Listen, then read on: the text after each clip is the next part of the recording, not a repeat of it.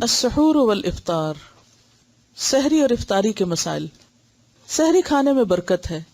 نیند سے اٹھ جانے کے بعد جان بوجھ کر سحری ترک نہیں کرنی چاہیے۔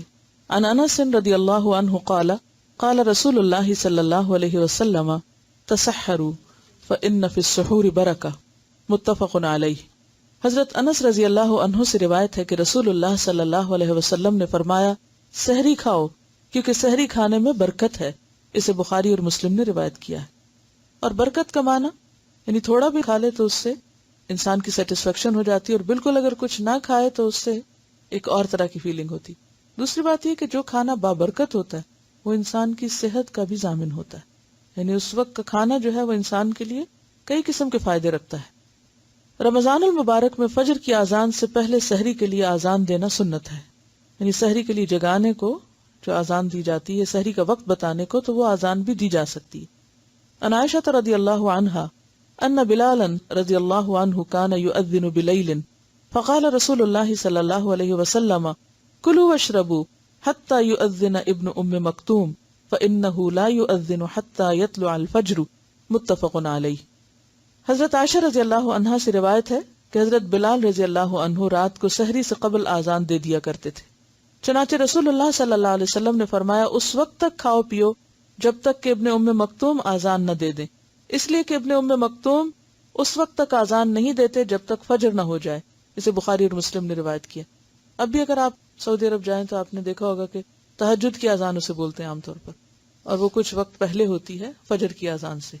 اس وقت عموماً لوگ تہجد کے لیے حرم میں جاتے ہیں، اور پھر فجر کی اذان ہوتی تو فجر کی نماز پڑھی جاتی ہے، اور ان دو کے درمیان کا وقت عام طور پر سحری کھانے کا وقت ہوتا ہے۔ افطار میں جلدی کرنا اور سحری میں دیر سے کھانا انبیاء کرام کا طریقہ ہے، یعنی سحری بہت جلدی نہیں کر لینی چاہیے کہ رات 12 بجے کر کے آپ سو جائیں۔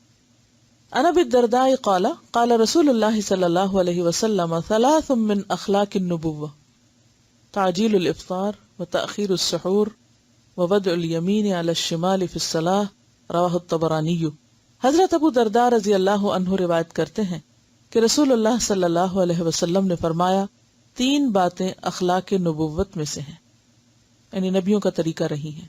نمبر 1 روزہ جلدی افطار کرنا، اور جلدی سے مراد سورج غروب ہوتے ہی، وقت ہونے کے فوراً ساتھ ہی۔ نمبر 2 سحری دیر سے کھانا، یعنی آخری وقت میں کھانا، وقت کے بعد نہیں، وقت تک۔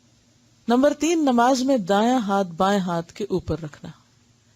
اسے طبرانی نے روایت کیا ہے۔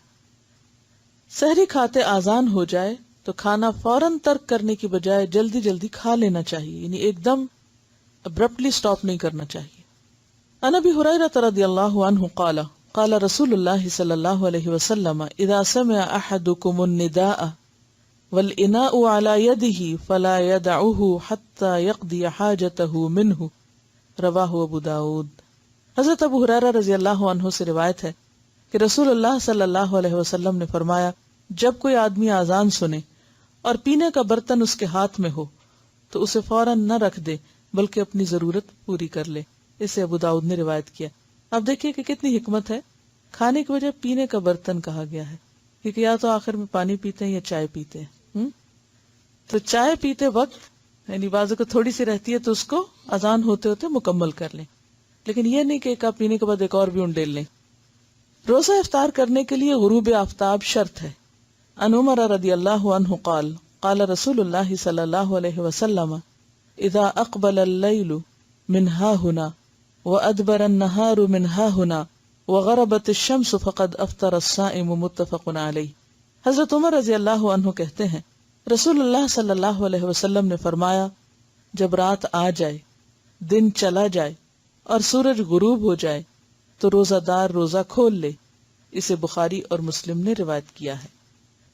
دوران سفر جہاز پر سوار ہوتے وقت اگر روزہ افطار کرنے میں 15 منٹ باقی ہوں لیکن پرواز کی مطلوبہ بلندی پر پہنچ کر سورج 1 گھنٹے بعد غروب ہوا تو روزہ بھی 1 گھنٹے بعد ہی افطار کیا جائے گا۔ اسی طرح سحری کے وقت کا تعین بھی حاضر جگہ اور مقام کے لحاظ سے کیا جائے گا۔ اس میں بہت دلچسپ بات ہے۔